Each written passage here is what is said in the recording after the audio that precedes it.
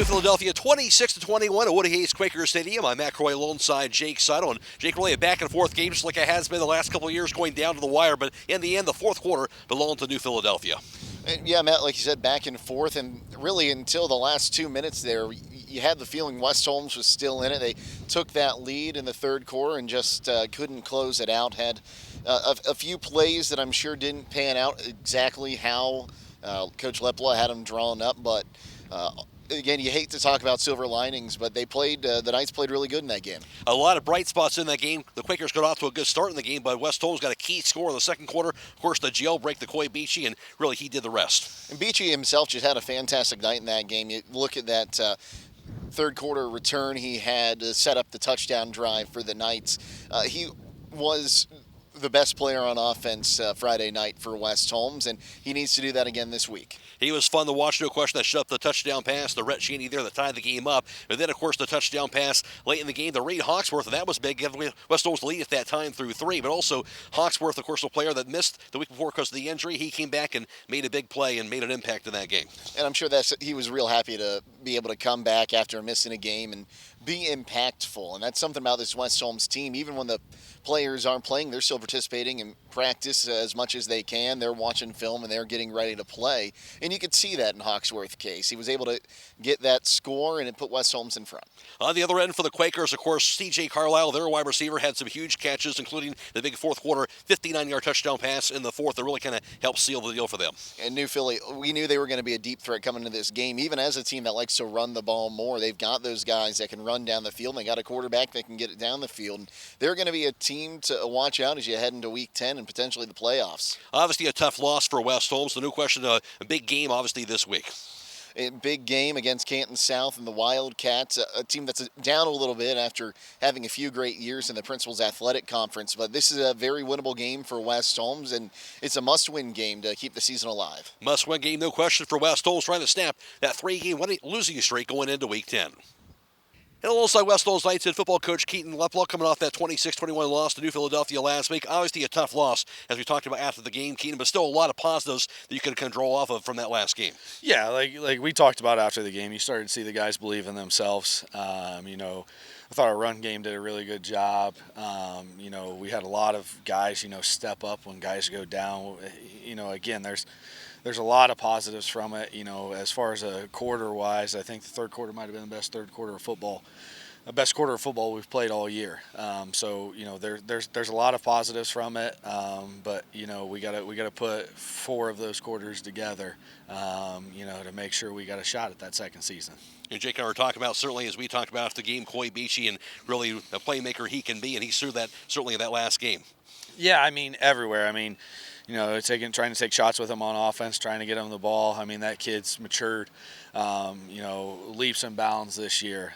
Special teams wise, he kept us in the game in that first half, to be 100% honest with you. Defensively, he flies around. He's a kid that's, he's playing 85+% of the snaps. To see his growth and his maturity, and really I think the most encouraging thing about Coy right now is just his fight. He's fighting. He hates losing. He wants to win games, and to see that from a 15-year-old in this situation, he's not worried about getting his toes wet anymore. He wants to make plays, and he wants to lead us to victory. Obviously, we know what this team can do running the football when you're clicking on all cylinders, but also 3 touchdown passes in that game here, and so we also saw what they can do in the passing game as well when things are clicking. Yeah, when things are clicking, it's good. We got some athletes on the outside, on me, we got to do a better job of utilizing them, and got to do a better job of getting the ball downfield, and schematically getting those things open. But like you're saying, we see glimpses of it. Last week, we really saw at pieces, everything come together. But this week we got to really push to get that complementary football on the offensive side for 4 quarters. And really on the defensive end, and I know you can't take it away, obviously, but besides the two big touchdown passes the Quakers got, the defense really did a solid job through much of the night. Yeah, we look, there's a couple times, we're in really good position, and they make a great throw and they make a great catch, and sometimes you got to tip your hat to them. I thought even though we gave up those two deep balls, I thought both of our corners that were in there did a nice job. But again, that's all it takes is one shot, and in that type of game.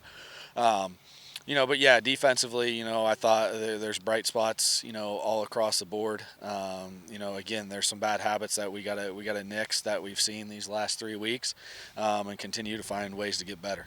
I know sitting number 13 in the region, going to this final game of the regular season, Keaton, and obviously got to get a win first of all, as you've been talking about here, but still an opportunity to possibly get in the postseason, right? Yeah, I mean, sure. I mean, I'm not a big mathematician here, but looking at different sites, yeah, you see that you win, you got a good shot to get in.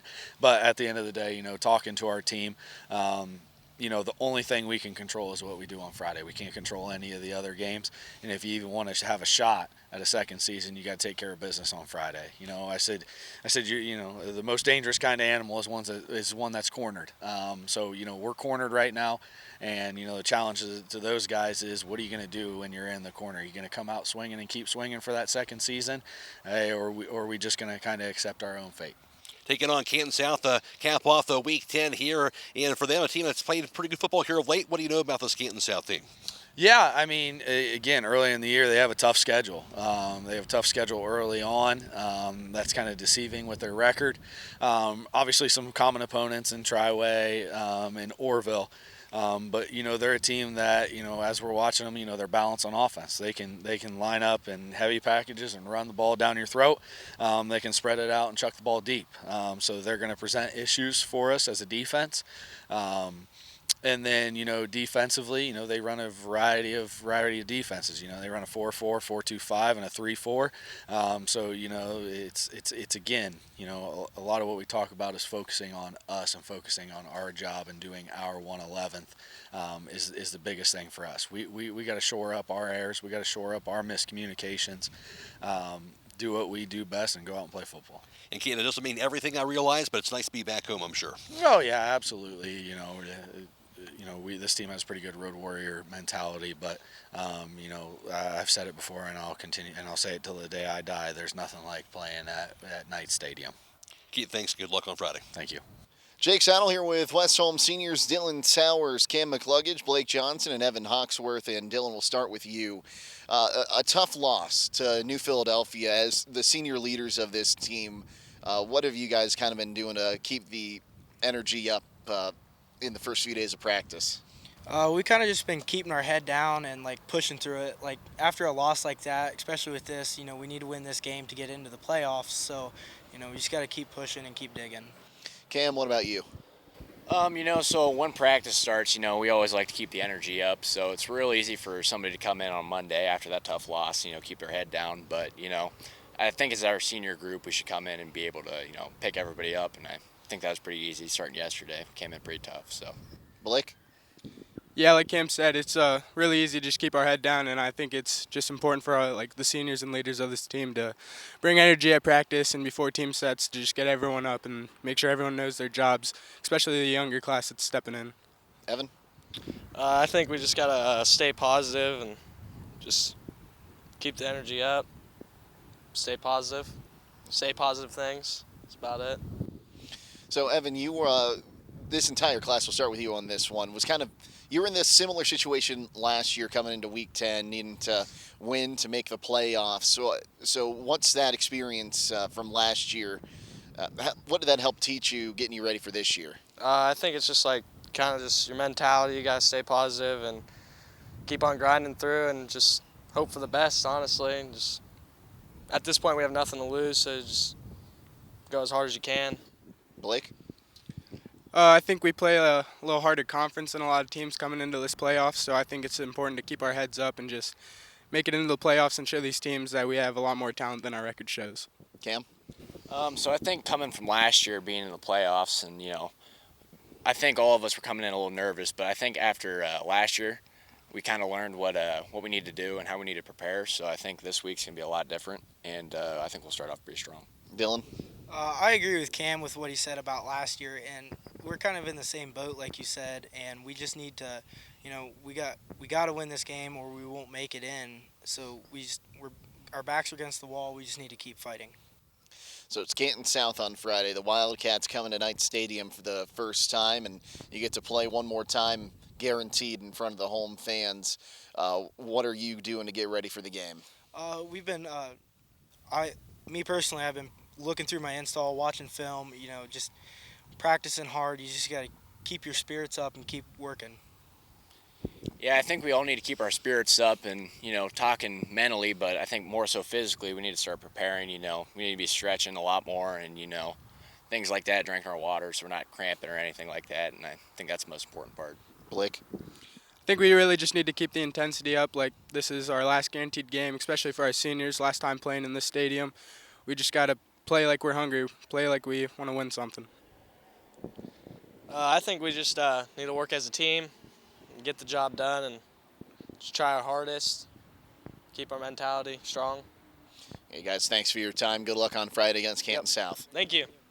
Well, mark your calendars, the 16th Annual Pomeranian Hospital Auxiliaries Christmas Festival taking place on December 5th and 6th. Yeah, it may seem like a long ways away, but it's not that far away here. Mark those calendars to be a part of that really amazing event they have every single year. Of course, many really creatively decorated trees along with wreaths, centerpieces, woodcraft as well, and door prizes you go in as well. That's the Christmas Festival taking place at the Berlin Grand Hotel on December 5th and 6th. Of course, all proceeds go to the local hospital, Pomeranian Hospital, serving homes, Tuscarawas, Stockton, and Ashland counties.